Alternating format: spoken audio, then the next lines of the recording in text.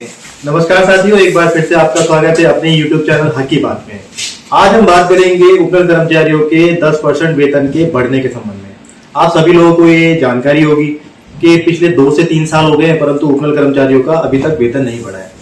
हर जगह, चाहे वो कंपनी हो, गवर्नमेंट सर्वेंट हो, उन सभी का वेतन बढ़ने का एक सिस्टम है, पर हम सब लोग ये जानते हैं कि उपनल कर्मचारियों के वेतन बढ़ने का कोई भी सिस्टम नहीं है।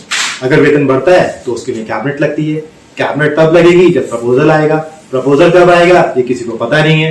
तो ऐसे ही बहुत सारी चीजें हमारे बीच में चलती रहती हैं। ऐसे ही वर्षों बीत जाते हैं और जब कभी सरकार की इच्छा हो जाती है तब जाके हमारा वेतन बढ़ता है।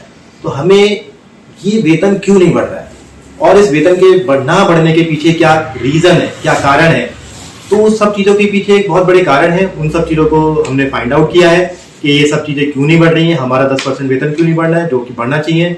आपके लिए, मेरे लिए, हम सब के लिए महंगाई बराबर है।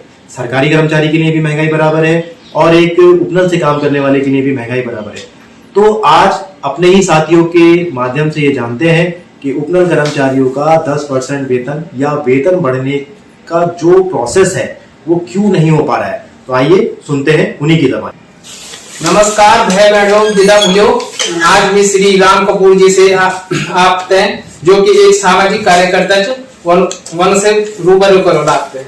मिलो मतलब श्री राम कपूर जी ने उपनल मुख्यालय से कुछ सूचना आईटीआई के माध्यम से कुछ सूचनाएं प्राप्त की हैं जो उपनल कर्मचारियों से ही संबंधित हैं। पहले तो आप दोनों का बहुत बहुत धन्यवाद जो आपने मुझे आज अपने मंच पर बुलाया, मौका दिया।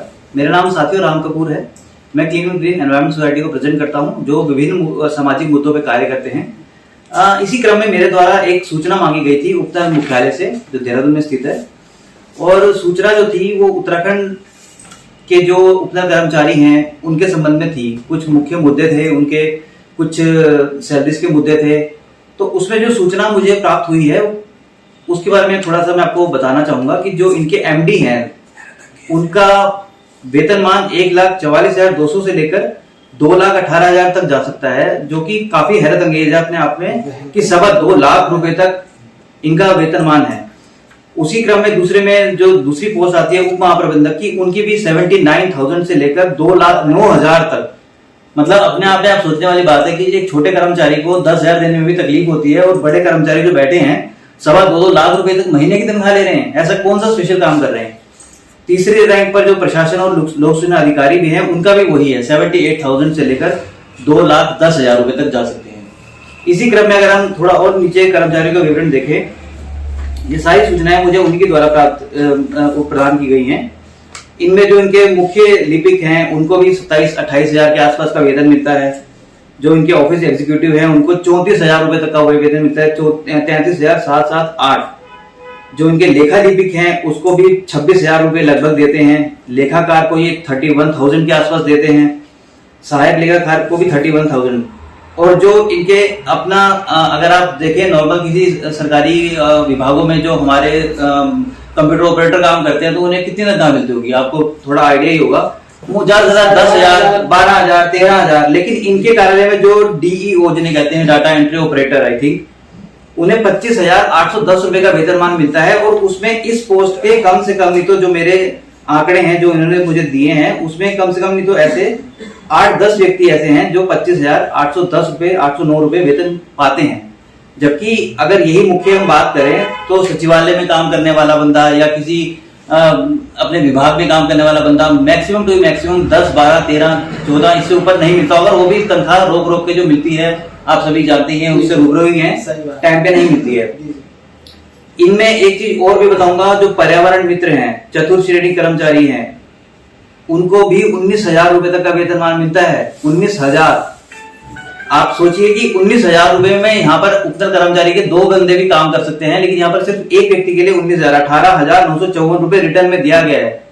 जो आप काफी सोचने वाली और चौंकाने वाली चीज है कि इतना हैवी वेतनमान ये अपने कर्मचारियों को तो प्रदान कर रहे हैं, लेकिन जो निम्न स्तर के जो उनके उपनल के मुख्य कर्मचारी हैं जो हजारों की संख्या में तादाद में है, उनके बारे में बिल्कुल भी नहीं सोचा जा रहा है।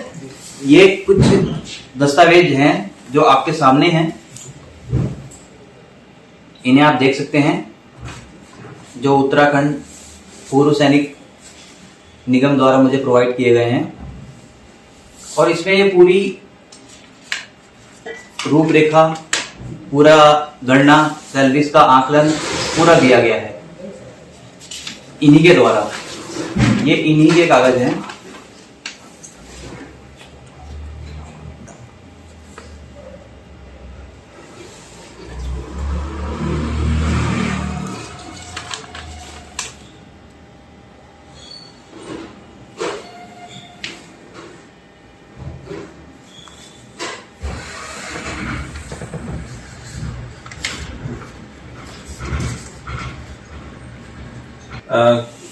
कपूर जी, आपको ये आईटीआई में सूचना मांगने की क्या जरूरत पड़ी? देखिए भट्टे साहब, जैसा कि अभी पहले बताया गया है कि हमारा इंटरेस्ट सामाजिक कार्यों में और सामाजिक गतिविधियों में रहता ही है। तो सिर्फ उपनल ही नहीं, विभिन्न मुद्दे हैं, विभिन्न विभाग हैं। कोई एनिमल हस्बेंड्री डिपार्टमेंट हो गया, तो कोई फॉरेस्ट डिपार्टमेंट हो गया, कहीं नगर निगम हो गया। तो हर एक डिपार्टमेंट से हमारा कहीं ना कहीं कंसर्न रहता ही है। कहीं आरटीआई के माध्यम से सूचना प्राप्त करना, कहीं पर कोई ऐसी गतिविधि हो रही है जो सही नहीं है, उसके खिलाफ शिकायत करना। तो इन्हीं मामलों में मैंने कई बार अलग अलग विभागों में कुछ सूचनाएं आरटीआई के माध्यम से लगाई थी, कुछ शिकायतें लगाई थी। तो वहां पे उन विभागों में आना जाना भी लगा रहता था, आना जाना सुबह शाम या हफ्ते में 1-2 बार। तो जब वहां पर जाते थे तो वहां पर भी कुछ कंप्यूटर वगैरह में बंदे काम कर रहे हैं। तो उनसे जब मेरा मुखातिब हुए, उनसे जब बातचीत हुई तो पता चला कि उनसे आपकी सैलरी कितनी है। तो ये भी पता चला कि वो उपनल के माध्यम से लगे हुए हैं। तो बड़ी जानकर हैरानी हुई कि उनकी तनख्वाह मतलब बहुत ही लोअर कास्ट पे है। मतलब 13, 13.5, 14 हजार में वो काम कर रहा है बंदा। और पूछा कि कितने सालों से काम कर रहे हैं, तो भैया हम तो 8-10 साल से काम कर रहे हैं, सैलरी इतनी कितनी है, कॉन्स्टेंटली बढ़ती नहीं है, कभी मिलती नहीं है, टाइम पे नहीं मिलती है। तो ये सब मुद्दों को सोच के मैंने जब जाना कि यार इतना मतलब बंदा इस विभाग में इतने सालों से सेवाएं दे चुका है, सरकारी नौकरी का कोई कंफर्मेशन नहीं है, स्टिल इतनी कम तनख्वाह मिलती है, कैसे ऐसा घर चलता होगा। तो जब ये बंदा खुद ही उपनल का कर्मचारी है, और उपनल के कर्मचारी जैसे आप जानते ही हैं उत्तराखंड में 20 से 22-25 हजार के बीच में इतने कर्मचारी काम करते हैं। तो दैट मीन्स कि अगर एक बंदे को इतनी कम मिलती है तो बाकी बंदे भी उसके मिले जुले में ही होंगे। कोई 30,000 या 35,000 तो कोई डाटा एंट्री ऑपरेटर या उससे कोई निचले रैंक का बंदा तो ले नहीं रहा होगा। तो यही मेरे मन में जिज्ञासा आई कि मुझे ये सूचना मांगनी चाहिए कि मुझे एग्जैक्टली आपके ऑफिस वाले अपने कर्मचारियों को कितनी तनख्वाहें देते हैं जो कि बाकी विभागों में इतनी कम मिल रही है। तो मेरा रीजन यही था आरटीआई लगाने का। तो कपूर साहब, ये जो आप बता रहे हैं कि उपनल कर्मचारियों की तनख्वाह बहुत कम है, और उसमें जो उपनल मुख्यालय में कर्मचारी काम कर रहे हैं उनकी तनख्वाह इतनी बहुत ज्यादा है।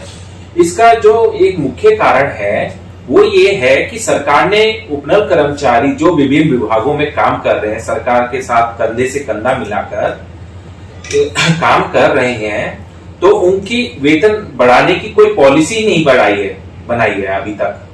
कि जब उपनल कर्मचारी मांग करते हैं, आंदोलन करते हैं, सरकार तभी उनका वेतन बढ़ाती है। अब पिछली बार जो सरकार ने उपनल कर्मचारियों का वेतन बढ़ाया था वो 21 अक्टूबर 2021 को बढ़ाया था। उसके बाद आज 2 साल से ज्यादा का समय हो गया, अभी तो कोई वेतन नहीं बढ़ाया गया है।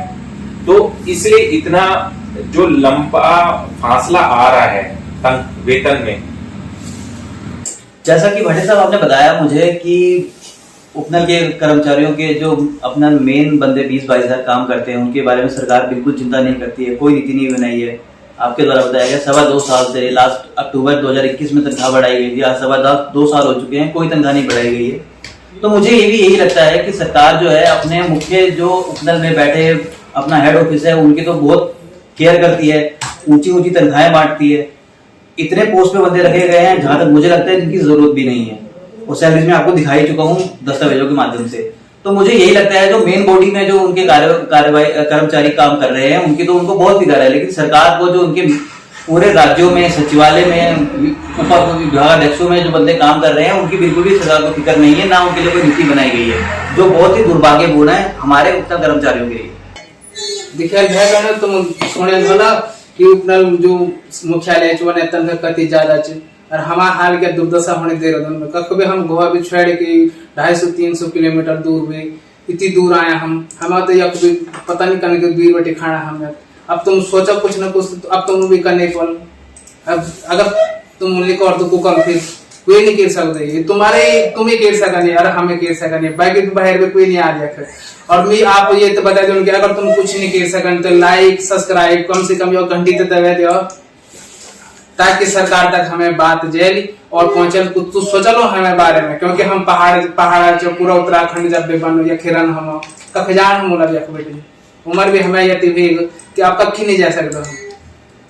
तो देखा साथियों, आपको जानकारी मिली कि उपनल का जो कार्यालय है वहां पे जो सबसे शीर्ष पर है उनकी सैलरी क्या है, मुझे तो थोड़े से नीचे है उनकी सैलरी क्या, उससे और थोड़े नीचे क्या है उनकी सैलरी क्या, लाखों में है।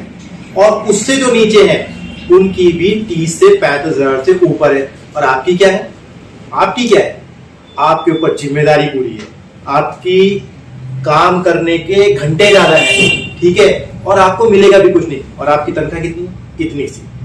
तो ये जो तनख्वाह ना बढ़ने का मुख्य कारण है वो यही है कि जो मैक्सिमम प्रॉफिट है उपनल का वो उपनल के कार्यालय के लोगों में ही बढ़ जा रहा है। और ये भी हो सकता था कि उपनल द्वारा जो अपना मैक्सिमम प्रॉफिट लिया जाता है वो आप लोगों को कभी ना कभी बोनस के रूप में मिल सकता था, परंतु ये सब नहीं मिलता है। तो कहीं ना कहीं क्या हो रहा है, भेदभाव, एक बहुत बड़ा गैप आ रहा है सैलरी में। और आपको राम कपूर जी ने, भाटिया जी ने और विनोद भाई ने आप लोगों को सारी जानकारी दी कि किस तरीके से उपनल के कार्यालय में काम करने वाले कर्मचारियों की तनख्वाह क्या है और उपनल के माध्यम से राज्य सरकार के विभिन्न कार्यालयों में काम करने वाले कर्मचारियों की तनख्वाह क्या है। अगर आप अभी भी सोते रहे और अगर अभी भी आपने नहीं सोचा तो आप ये जान लीजिए निश्चित ही, क्योंकि उपनल कर्मचारियों के वेतन बढ़ने की कोई भी नीति नहीं है। आप इस भरोसे बैठे रहेंगे कि सरकार बढ़ाएगी, सरकार को कुछ नहीं पड़ी आपकी तनख्वाह बढ़ाने की। तो आप ही को हिम्मत करनी है और आप ही को कदम उठाना है। तो मेरा सिर्फ आपसे यही अपील है कि आप इस वीडियो को देखें और इसलिए देखें कि आपको अपने बारे में और आपको जो सिस्टम चला रहा है उसके बारे में ठीक से बात पता चल सके। तो इस वीडियो को ज्यादा से ज्यादा शेयर करें, लोगों को बताएं कि हमारे साथ क्या रहा है, और इस आवाज को मेरी अपील है आपसे किसी न किसी माध्यम से सरकार तक पहुंचाने की कोशिश करें और हो सके तो इस वीडियो को वायरल कराएं। और वायरल कराने का मेरा खास रिक्वेस्ट इसलिए है ताकि हर व्यक्ति तक ये बात पता चले कि कितनी असमानता चल रही है और पहाड़ से आकर लोग और सैनिक पृष्ठभूमि के लोग काम कर रहे हैं इसमें, और उन्हीं के साथ इतना भेदभाव जो कि बहुत गलत है। तो धन्यवाद साथियों, अब जिम्मेदारी आपके ऊपर है।